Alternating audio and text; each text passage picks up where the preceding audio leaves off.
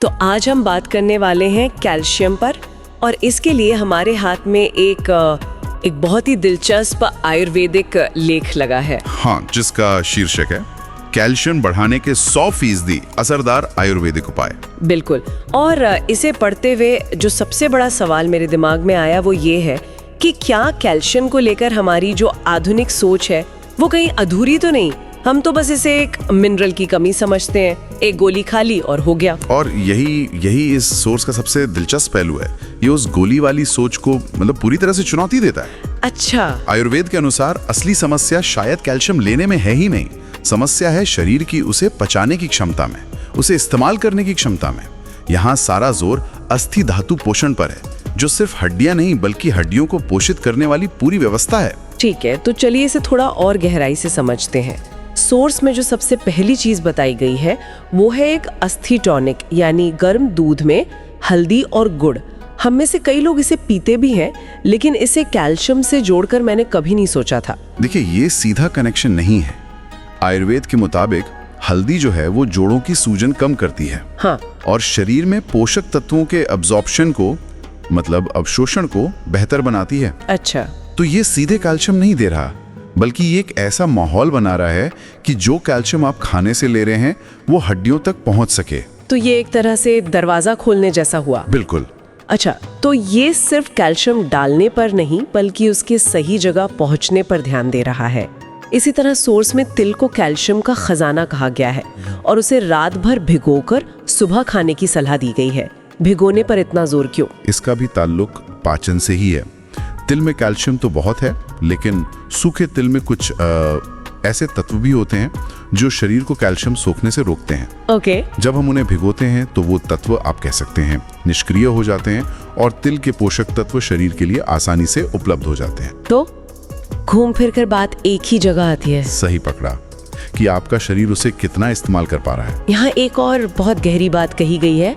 Source में अश्वगंधा जैसी जड़ी बूटियों का जिक्र है और कहा गया है कि ये सिर्फ अस्थि धातु ही नहीं बल्कि मज्जा धातु को भी मजबूत करती है। ये मज्जा धातु क्या है? ये आयुर्वेद की सोच की गहराई दिखाता है। देखिए, अस्थि धातु का मतलब है हड्डियों का ढांचा, यानी बोन टिश्यू। लेकिन मज्जा धातु का संबंध है बोन मैरो और नर्वस सिस्टम से। अच्छा। तो यहाँ बात सिर्फ हड्डियों की बाहरी मजबूती की नहीं हो रही, बल्कि उनके अंदर के स्वास्थ्य की, उनकी जीवन शक्ति की भी हो रही है। अगर मज्जा धातु कमजोर है तो हड्डियां अंदर से खोखली हो सकती हैं, आप चाहे जितना भी कैल्शियम लें। मतलब ये सिर्फ ढांचे को नहीं बल्कि उसके अंदर की पूरी फैक्ट्री को ठीक करने जैसा है। बिल्कुल। और सोर्स ये भी साफ करता है कि विटामिन डी के बिना ये सब अधूरा है, जिसके लिए सुबह की धूप और सूर्य नमस्कार की सलाह दी गई है। ये तो आधुनिक विज्ञान भी मानता है ना? हाँ, बिल्कुल। और ये पाचन वाली बात सिर्फ जड़ी बूटियों तक ही सीमित नहीं है। सोर्स हमारे रोज के अनाज पर भी ध्यान दिलाता है। बाजरा, रागी, ज्वार जैसे मोटे अनाज, हाँ, उन्हें आहार में शामिल करने को कहा गया है, क्योंकि वो पचने में आसान होते हैं और साथ ही पाचन तंत्र को साफ रखने के लिए रात में त्रिफला चूर्ण लेने की सलाह भी है। तो अगर इन सारी बातों को एक साथ रखकर देखें तो निचोड़ क्या निकलता है? ऐसा लगता है कि आयुर्वेदिक दृष्टिकोण के अनुसार कैल्शियम की कमी की जड़ हमारे खान पान से ज्यादा हमारी बिगड़ी हुई जीवन शैली और कमजोर पाचन शक्ति में है। एग्जैक्टली।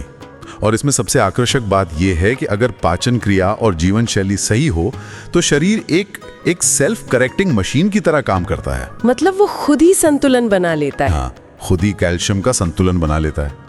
ये समस्या को देखने का एक बिल्कुल अलग नजरिया है। बाहर से कुछ डालने के बजाय अंदर की व्यवस्था को ठीक करना। आखिर में एक बहुत ही अनोखी चीज का जिक्र है, अंडे के छिलके का भस्म। लेकिन ये भी कहा है कि सिर्फ विशेषज्ञ की देखरेख में। ये भस्म शब्द थोड़ा डरावना लगता है। हाँ, यहाँ भस्म का मतलब जली हुई राख नहीं है। ये एक खास आयुर्वेदिक प्रक्रिया है जिसमें किसी चीज को शुद्ध करके और कुछ जड़ी बूटियों के साथ प्रोसेस करके उसके औषधीय गुणों को कई गुना बढ़ा दिया जाता है, ताकि शरीर उसे आसानी से सोख सके। बिल्कुल। लेकिन ये एक शक्तिशाली चीज है, इसलिए विशेषज्ञ की सलाह जरूरी है। और ये हमें एक बहुत ही अहम सवाल पर छोड़ जाता है। वो क्या? कि हमारे आसपास ऐसी और कितनी साधारण चीजें हैं जिनके असाधारण औषधीय गुणों के बारे में हमें जानकारी ही नहीं है।